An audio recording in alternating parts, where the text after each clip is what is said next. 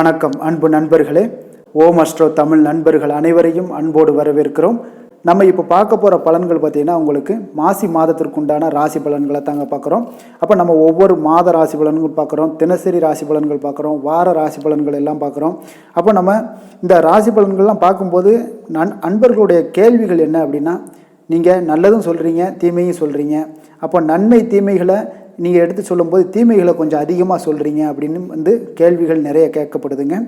நம்ம தீமைகளை வச்சு நம்ம எதுக்கு சொல்கிறோம் அப்படின்னா, நான் பாசிட்டிவாக சொல்லிட்டு போயிடலாம். பாசிட்டிவாக சொல்லிட்டு போகிறதுல உங்களுக்கு எந்த ஒரு பிரயோஜனமும் இருக்காதுங்க. ஏன்னா நன்மைகள் நடக்கிறது கண்டிப்பாக நடந்துடும். தீமைகள் நடக்க இருப்பதை தடுக்கிறதுக்கு தான் நாங்கள் ஜோதிடமே சொல்கிறோம். அதனால் இந்த ஜோதிடத்தில் எப்பொழுதுமே பார்த்தீங்கன்னா தீமைகளை முன்கூட்டியே அறிஞ்சு அதற்குண்டான தெளிவான ஒரு புரிதல்கள் உங்களுக்கு ஏற்படணும். அதற்காகத்தான் ஒவ்வொரு ஜோதிடர்களுமே மெனக்கெட்டு ஒவ்வொரு காணொலியும் போடுறாங்க. ஏன்னா இது சின்ன வேலைகள் இல்லை. நீங்கள் ஒரு 10 நிமிஷம் வீடியோ போடுறோம்னா அதுக்கு உண்டான உழைப்புகள் மிகப்பெரிய அளவில் இருக்கும். அதனால் நாங்கள் சொல்கிற ஒவ்வொரு விஷயங்களுமே பார்த்தீங்கன்னா புரிந்து கொண்டு செயல்படுங்க. அன்பர்கள் பார்த்தீங்கன்னா நீங்கள் ராசி பலன்களையும் பாருங்கள், லக்கண பலன்களையும் பாருங்கள். ஏன்னா 2 பலன்களையும் பார்க்கும் பொழுது தான் உங்களுக்கு முழு பலன்கள் கிடைக்குங்க. இப்போ நம்மளுடைய உடம்பு பார்த்தீங்கன்னா உயிர் இருந்தால் தான் அந்த உடம்பு இயங்கும். அப்போ உடம்பும் உயிரும் தேவைப்படுது. அதே போல் தான் லக்கணமும் ராசியும் 2ம் இணையும் போது தான் நமக்கு ஜாதக பலன்கள் ஒர்க் அவுட் ஆகும். அதனால் லக்கண பலன்களையும் பாருங்கள், ராசி பலன்களையும் பாருங்கள், 2 பலன்களையும் சேர்த்து பாருங்கள். ஏதாவது உங்களுக்கு டவுட் இருந்துச்சுன்னா ராசி பலன்கள் எப்படி பார்க்குறது, லக்கண பலன்கள் எப்படி பார்க்குறதுனா, ராசினா மேச ராசியாக இருப்பீங்க, சிம்ம லக்கணமாக இருக்கீங்க அப்படின்னா அப்போ மேசராசி பலன்களும் சிம்ம ராசி பலன்களையும் சேர்த்து பார்க்கும் பொழுது உங்களுக்கு முழு பலன்கள் கிடைக்கக்கூடுங்க.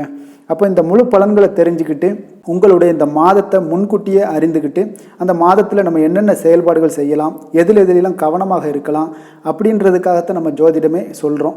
அப்போ நீங்கள் இதை புரிந்து கொண்டு இந்த மாதத்தை நீங்கள் நல்லபடியாக சிறப்பாக உங்களுக்கு நல்ல வாழ்க்கையில் முன்னேற்றத்திற்கு ஏற்படுவதற்கு உண்டான வாய்ப்புகளை பயன்படுத்தி கொள்ளுங்கள்.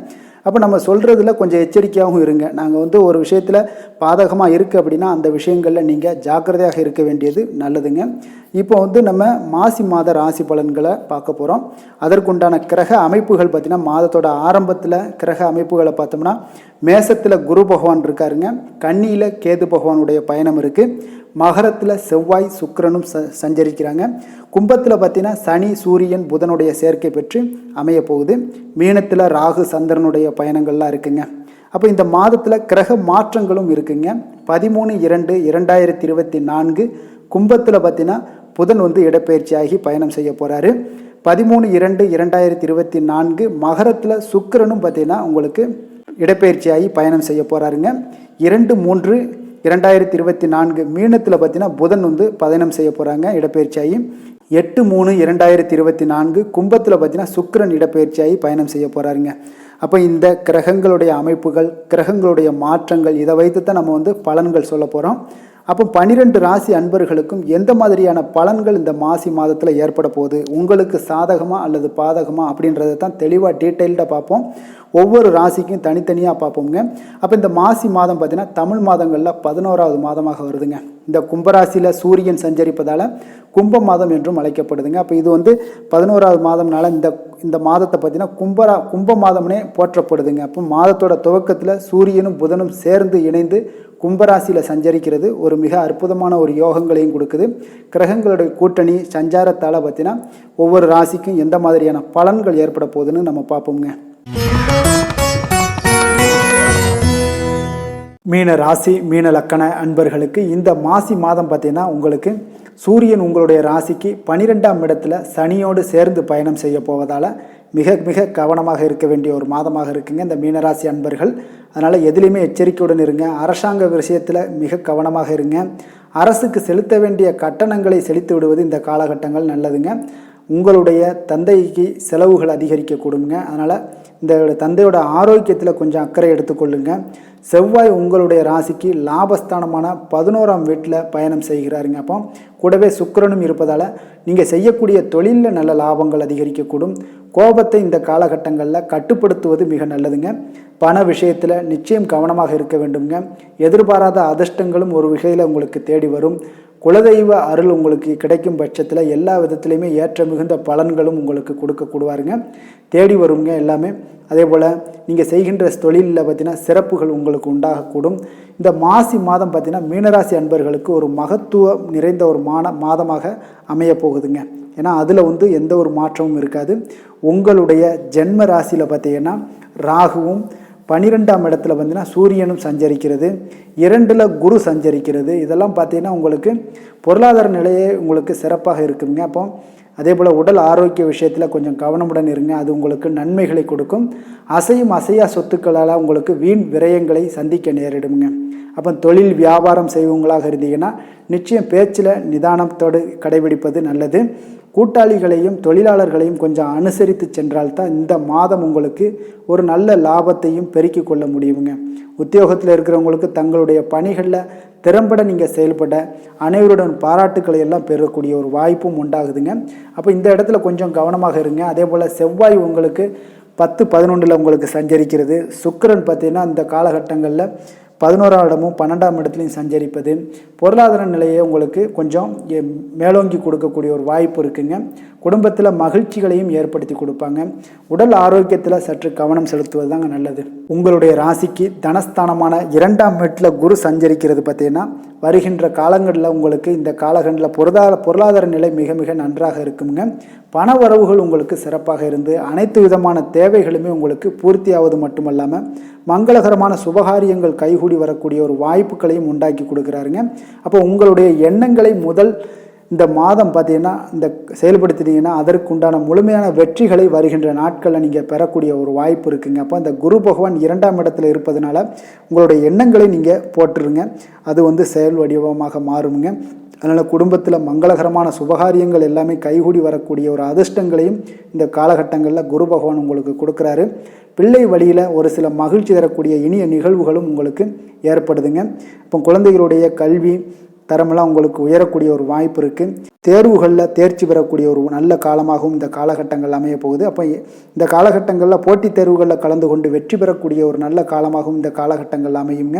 அதே போல் இந்த மாசி மாதத்தில் பார்த்தீங்கன்னா ராகு ஜென்ம ராசிலையும் கேது 7ஆம் வீட்டிலையும் சஞ்சாரம் செய்வதால் எதுலேயுமே உணர்ச்சி வசப்படாமல் உங்களுடைய முன்கோபத்தை குறைத்து கொண்டு எந்த ஒரு செயல்பாடுகள்லையுமே பொறுமையோடு செயல்படுவது நல்லதுங்க. கணவன் மனைவிக்கிடையே பார்த்தீங்கன்னா விட்டு கொடுத்து செல்ல வேண்டிய ஒரு நேரமாக இருக்குங்க. எதையுமே பொறுமையாகவும் யதார்த்த குணங்களோடும் நீங்கள் அணுகுவது உங்களுக்கு இந்த காலகட்டங்கள் நன்மையை கொடுக்கும். அதே போல் ஆரோக்கியத்தில் அக்கறை எடுத்துக்கொள்ளுங்க. இரவு நேர பயணங்கள் அதாவது இருந்துச்சுன்னா அதையெல்லாம் இந்த காலகட்டங்களில் தவிர்த்துருங்க. அது உங்களுக்கு அதிக நன்மைகளை கொடுக்குங்க. அப்போ உங்களுடைய ராசியில் பார்த்தீங்கன்னா உங்களுடைய ராசிக்கு சனி பகவான் இந்த காலகட்டங்களில் விரயஸ்தானத்தில் சஞ்சாரம் செய்வாருங்க. அப்போ 7.5 சனியில் விரயச்சனி உங்களுக்கு நடக்கிறதுங்க. அப்போ இதன் காரணமாக பார்த்தீங்கன்னா நீங்கள் எந்த ஒரு செயல்பாடுகள் எடுத்தாலுமே பார்த்தீங்கன்னா உங்களுக்கு வீண் செலவுகள், வீண் விரயங்கள், வீண் கவலைகள் இது மாதிரியான செயல்பாடுகள் தான் உங்களுக்கு அதிகமாக இருக்குங்க. அதனால் சனி பகவான் உங்களுக்கு கொடுத்தா கூட குருவால் பல நன்மைகள் உங்களுக்கு உண்டாகுது. அதனால் எந்த ஒரு பிரச்சனையும் இருக்காது. சில அலைச்சல்கள் காரணமாக உங்களுக்கு இருப்பதை கூட அனுபவிக்க சில இடையூறுகளை இந்த சனி பகவான் ஏற்படுத்துவாருங்க. அப்போ உங்களுக்கு அதிகப்படியான செல்வாக்கு, செல்வம் இதெல்லாம் இருந்தால் கூட அந்த அந்த அதற்குண்டான ஒரு அனுபவிக்கக்கூடிய டைம், காலம் இது எல்லாத்தையுமே உங்களுக்கு கொடுக்க மாட்டார் இந்த சனி பகவான். அதனால் அலைச்சல்கள்லாம் ஏற்படுத்துவார். ஒரு சிலருக்கு தேவையில்லாத வகையில் கடன்கள் எல்லாம் ஏற்படுத்திடுவார். அதனால் பண விஷயத்தில் கொஞ்சம் சற்று சிக்கனத்தோடு இருப்பது இந்த காலகட்டங்கள் நன்மைகளை கொடுக்குங்க. மற்றவர்களுக்கு நீங்கள் வாக்குறுதிகளை இந்த காலகட்டங்களில் கொடுப்பது உங்களுக்கு அவ்வளோ ஒரு சிறப்பாக இருக்காதுங்க. அதனால் வாக்குறுதிகள் கொடுப்பதை தவிர்த்துருங்க. முன்ஜாமீன் கையெழுத்து போடுவதையும் இந்த காலகட்டங்களில் தவிர்த்துருங்க. முடிந்தவரை பார்த்தீங்கன்னா நீங்கள் யார் விஷயங்கள்லையுமே மற்றவர்கள் விஷயங்களில் நீங்கள் தலையிடாமல் இருந்தாலே போதும். நிதானத்தோடு இருப்பது இந்த காலகட்டங்கள் உங்களுக்கு அதிக நன்மைகளை கொடுக்குங்க. தேவையான மருத்துவ பரிசோதனைகளை குறிப்பிட்ட இடைவேளைகளில் நீங்கள் எடுத்துக்கொள்வதும் உங்களுக்கு நன்மைகளை கொடுக்குங்க. அப்போ காரணமே இல்லாமல் சில விஷயங்களில் பார்த்தீங்கன்னா நீங்கள் ஆஜராகுவீங்க. அதனால் இந்த இடத்துல தெளிவான ஒரு சிந்தனைகளுடனும் பொறுமையோடும் நிதானத்தோடும் இந்த நாட்களை நீங்கள் கடக்க பாருங்கள். இந்த மீனராசி அன்பர்களுக்கு பார்த்தீங்கன்னா இந்த காலகட்டங்கள் அவ்வளோ ஒரு சிறப்பான காலகட்டங்கள் இல்லை. குரு மட்டும்தான் உங்களுக்கு நன்மைகளை செய்கிறாரு. அதே போல் ராகு கேதுவால் பார்த்தீங்கன்னா முன்கோபத்தை எல்லாம் குறைத்து கொள்ளுங்க. சனியால் பார்த்தீங்கன்னா உங்களுக்கு வீண் விரயங்கள், வீண் செலவுகள் இந்த மாதிரியான விஷயங்கள் தான் நடைபெறுது. அதனால் கொஞ்சம் கவனமுடன் இருங்க. விரயச்சனி நடப்பதால் இந்த காலகட்டங்களில் எதுலேயுமே பொறுமையும் சிக்கனத்தோடு இருங்க. அது உங்களுக்கு அதிக நன்மைகளை கொடுக்குங்க. புரட்டாதி 4ஆம் பாதங்களை உள்ளடக்கிய நட்சத்திரக்காரர்களுக்கு பார்த்தீங்கன்னா இந்த மாதம் உங்களுடைய தாய் மாமனிடம் கருத்து மோதல்கள் ஏற்படுவதற்குண்டான வாய்ப்புகள் உங்களுக்கு அதிகமாக இருப்பதால் நீங்கள் அந்த இடங்களில் நீங்கள் விட்டு கொடுத்து செல்வது நல்லது. உத்தியோகத்தில் இருக்கிறவங்களுக்கு பார்த்தீங்கன்னா அதிகமான உழைப்பினை எல்லாம் கொடுக்க வேண்டிய ஒரு சூழ்நிலைகள் எல்லாமே வரலாமுங்க. அப்போ வேலையில் கொஞ்சம் கவனமுடன் இருப்பதும் உங்களுக்கு இந்த காலகட்டங்கள் உங்களுக்கு நன்மைகளை கொடுக்குங்க. குடும்பத்தை பொறுத்தளவுக்கு மகிழ்ச்சிகளுக்கு மிக சிறப்பாக இருக்குங்க. உங்களுடைய திறமைகளால் நீங்கள் வெற்றி பெறக்கூடிய ஒரு நல்ல காலமாக இருக்குது. உத்திரட்டாதி நட்சத்திரத்தில் பிறந்த உங்களுக்கு இந்த மாதம் எல்லா நன்மைகளையுமே பார்த்தீங்கன்னா தடையின்றி அடைவீங்க. அப்போ மாணவர்களுடைய கல்வியில் பார்த்தீங்கன்னா நல்ல ஒரு முன்னேற்றங்கள் எல்லாம் ஏற்பட காண்பீங்க. இதுவரை தொந்தரவு கொடுத்து வந்த நோய்கள் எல்லாமே இந்த காலகட்டங்களில் விலக கொடுங்க. அதனால் ஏற்பட்ட மனப்பாரங்கள் எல்லாமே உங்களுக்கு குறைய காண்பீங்க. வரக்கூடிய உபரி வருவாயால் சில கடன்கள் எல்லாமே அடைபடக்கூடிய ஒரு வாய்ப்பும் உண்டாகுதுங்க. அப்போ தொழிலதிபர்கள்லாம் பார்த்தீங்கன்னா எதிர்பார்த்தபடி உங்களுக்கு வரவுகள் எல்லாமே வந்து சேரக்கூடிய ஒரு வாய்ப்பும் இந்த காலகட்டங்களில் உண்டாகுது. அப்போ உத்திரட்டாதி நட்சத்திரக்காரர்களுக்கு இந்த மாதம் உங்களுக்கு அற்புதமான ஒரு மாதமாக இருக்க போகுது. ரேவதி நட்சத்திரத்தில் பிறந்த உங்களுக்கு இந்த மாசி மாதம் புதிய ஒப்பந்தங்கள் எல்லாமே உங்களுக்கு கை கொடுக்குங்க. தொழிலதிபர்கள் பங்குதாரர்களிடம் கொஞ்சம் எச்சரிக்கையாக இருக்க வேண்டிய ஒரு காலமாக இருக்குது. கணவன் மனைவிக்கிடையே ஒற்றுமை பார்த்தீங்கன்னா மிக சிறப்பாக இருக்குங்க. அற்புதமான பலன்களை எல்லாம் கொடுக்குது. குடும்பத்தில் மகிழ்ச்சி ஏற்படுத்தி கொடுக்குது. மனைவி வழியில் வரவேண்டிய சொத்துக்கள் எல்லாமே இந்த காலகட்டங்களில் உங்களுக்கு கிடைக்க கொடுங்க. வியாபாரிகள் பார்த்தீங்கன்னா எந்த ஒரு கொள்முதலையும் தயக்கமின்றி நீங்கள் செய்யலாமுங்க. இந்த காலகட்டங்கள் அவ்வளோ ஒரு சிறப்பாக இருக்குது. வியாபாரம் எல்லாம் உங்களுக்கு பெருக கொடுங்க. போட்டியாளர்கள் உங்களை விட்டு விலகி செல்லக்கூடிய ஒரு வாய்ப்பும் இருக்குங்க. அப்போ இந்த காலகட்டங்களில் நீங்கள் வழிபட வேண்டிய தெய்வம் அப்படின்னு பார்த்தீங்கன்னா ஸ்ரீரங்கம் ரங்கநாதரை வணங்கி வர உங்களுடைய காரியங்கள் அனைத்தும் வெற்றியாக உண்டாக கொடுங்க. செல்வ சேர்க்கை உங்களுக்கு ஏற்படக்கூடிய ஒரு நல்ல காலம்னே சொல்லலாமுங்க. அப்போ இந்த மாதம் உங்களுக்கு சந்திராஷ்டமம் இருக்குது. 28/2/2024 இரவு 9 மணி முதல் 2/3/2024 காலை 8:17 மணி வரை உங்களுக்கு சந்திராஷ்டமம் இருக்குங்க. அப்போ இந்த சந்திராஷ்டம தினங்களில் எந்த ஒரு புதிய முயற்சிகளோ முக்கிய முடிவுகள் எடுப்பதையோ இதெல்லாம் தவிர்ப்பது நல்லதுங்க. அசைவ உணவுகளை முற்றிலும் தவிர்த்து ஆன்மீக காரியங்களில் ஈடுபட்டுவாங்க. உங்களுக்கு அதிக நன்மைகளை கொடுக்கக்கூடியதாக இருக்குங்க. நன்றி, வணக்கம்.